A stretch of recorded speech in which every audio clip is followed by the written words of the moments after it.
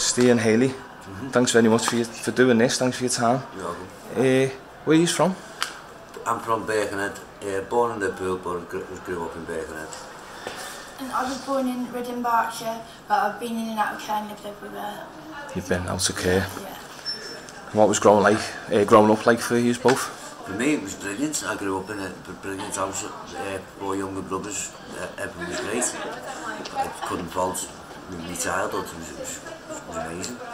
Stark contrast to Hayley's. Well, things went different for me a little bit later on, but it was no way down to me parenting or anything like that. It definitely nothing to do with them. Couldn't have been brought up better. So I made my own mistakes.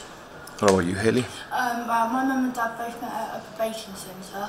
My mum was an alcoholic and a bit of a slapper, and she put the whole world over her favours, manipulated people, neglected me and my brother, played with my dad, and just caused a lot of people a lot of pain. Yeah, so I was in and out of care, and my mum used to play head games with me and my brother, and she'd tell us that she wanted us and that social services were taking us away from her because of her disabilities, but it was just her playing. Mental abuse? Yeah. That's what you've suffered? To lie and cover for her, and yeah. So it just goes to show basically, doesn't it, both different upbringings, you know, but you can still end up. Yeah. And what was school like for both of you? Was you well educated? At school, I was a little bit of a bastard in school, but I still done okay. You know, I got all my GCSEs, went from school, joined the army, come out the army, and things went downhill from there. But school was okay. I enjoyed most of it. I used to look forward to going to nursery and school. I can remember all that because I was jealous of my brother going to school, and but I missed out on a lot of schooling. And then when I was at school, I was either malnourished or couldn't concentrate. I was a bit of the odd kid out, do you know what I mean? Through my parents' reputation, sort of thing. And yeah.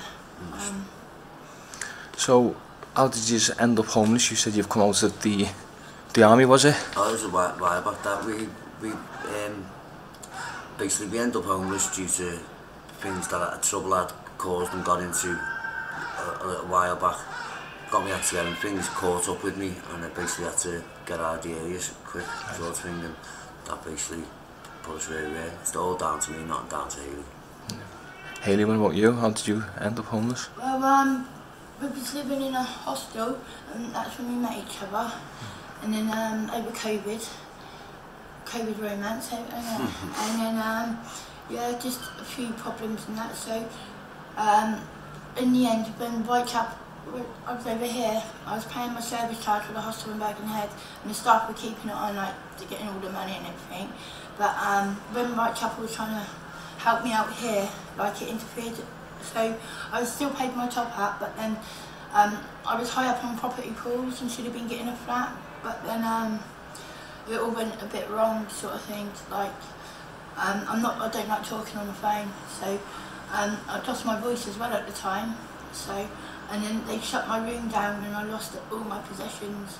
So that was a bit shocking, really, considering I got paid my rent. Yeah. Do you feel safe on the street? Yeah, to an extent, up until you go to sleep, and then that's when your guard's down. But you know, I do my best to keep it as safe as you can. It's not ideal, and it's definitely not the way you want to be in a relationship with your missus. But it's only been a couple of days, and hopefully it won't be too much longer. I mean, this time round, I'm talking. Yeah. But yeah. How long altogether then have you been on the streets? I know you've been on off, but how long has it been altogether? On and off now, me for about 3-4 years. I'd say for myself, probably about 18 months. Yeah. It's not good, is it? What's the worst thing that's happened to you on the street? Oh my God, I got attacked and Your dog stolen? Yeah, the worst thing is someone's dog napped my dog, my Lucky, mastiff bulldog, and like. She asked someone to mind her while she went to the toilet for a wash in McDonald's. Someone that she'd befriended and was kind of on familiar terms with. And when she'd come back out, they'd gone, took the dog and bailed. Yeah. Bastards. And the police weren't very helpful in all of that. And yeah. The worst thing that's happened to me on the streets is just literally being on the streets in the first place, having to swallow your pride, and just it's soul destroying, to be fair. You know, the worst thing is just the look on people's faces when they're looking down at you. Yeah, you feel like you're judged a lot. Yeah, most definitely. Yeah. Most definitely. Yeah, I don't blame it either. 80% of the people who are out on them streets begging, they genuinely are homeless, you know, and they're just conning people. Yeah. So what's the hardest thing about being homeless? Keeping up with your hygiene and Possessions, just keeping hold of it.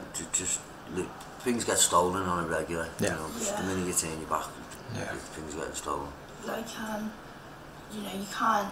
Not even not even just by the regular people. It's the actual council. You'll go and say they could turn up here and we could be just at the toilet something, and all of our stuff's been through in the back of a skip and gone. We came back one time last summer, and our tent and absolutely everything had been put in the back of the skip by the council 2 minutes after we've been speaking to them. They've moved a few tents, haven't they? Do you think that's because of what's going on lately with the Eurovision Song Contest? Do you think they're trying to clean the streets a little bit? That's definitely a factor, because they even went round a few days before and telling everyone that they was to be away from the town centre. Yeah. Oh, did they? So the council have told you to... They try and do that around Matthew Street, oh, right. and at the Matthew Street Festival as well. One time. Put a few people in the isn't there? Yeah. Yeah. Do you think you'll ever get off the street? Well, most definitely. Yeah, this isn't where we're going to be. I'm under no illusions that we'll be all right. You know. How'd you get there? By just digging deep and just not making a list of goals and just chipping away one at a time, instead of having all them goals, looking at them and just ending up in my head shopping, how the fuck I'm going to do all that. Just tick away one at a time, just get through it.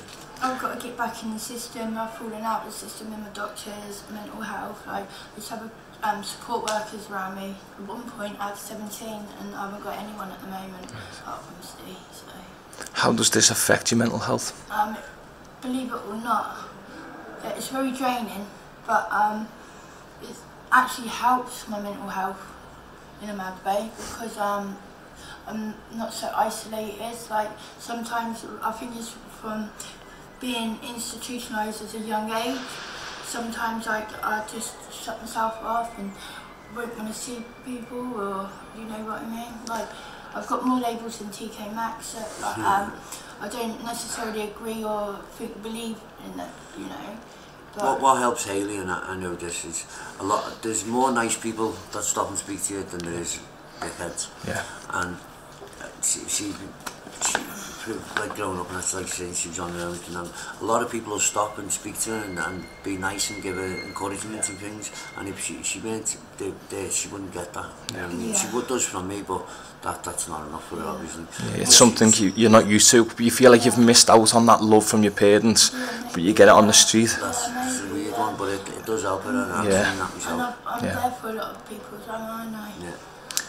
Yeah. Even when I try not to be, like, I should be cross with someone, but I still end up feeling them. She's the best in everyone. Yeah. That's not a good thing. No, all the time, no. How can the general public help you? It's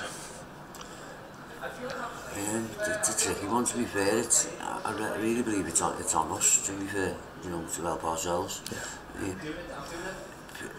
When you buying your asani and a coffee and things like that genuinely does help, do things like that. But I reckon the onus is on us to get up and pull our finger out and sort it out, sort of thing.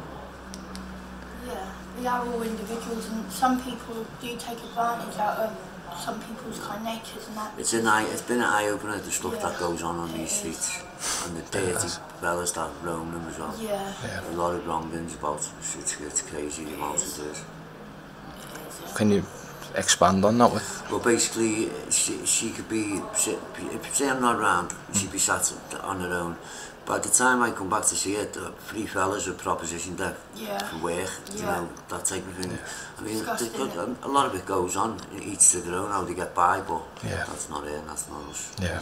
like Liverpool One staff were brilliant. Like I'd shown the people, you know, there was a 16-year-old and also a 14-year-old run away from care and that, and like she was like hanging around, and there was these men being inappropriate with her, so I tried to like keep a close eye on her, and I informed Liverpool One staff, and they managed to help get hold of social services the next day. The girl was safe in the end. But yeah, I mean, like I just showed people up, you know, called them pedos and yeah. It's definitely more dangerous for women, isn't it? 100%. Tell the Liverpool One staff, yeah. I interviewed another couple, and they were in a tent, and somebody tried to get in the tent to rape her.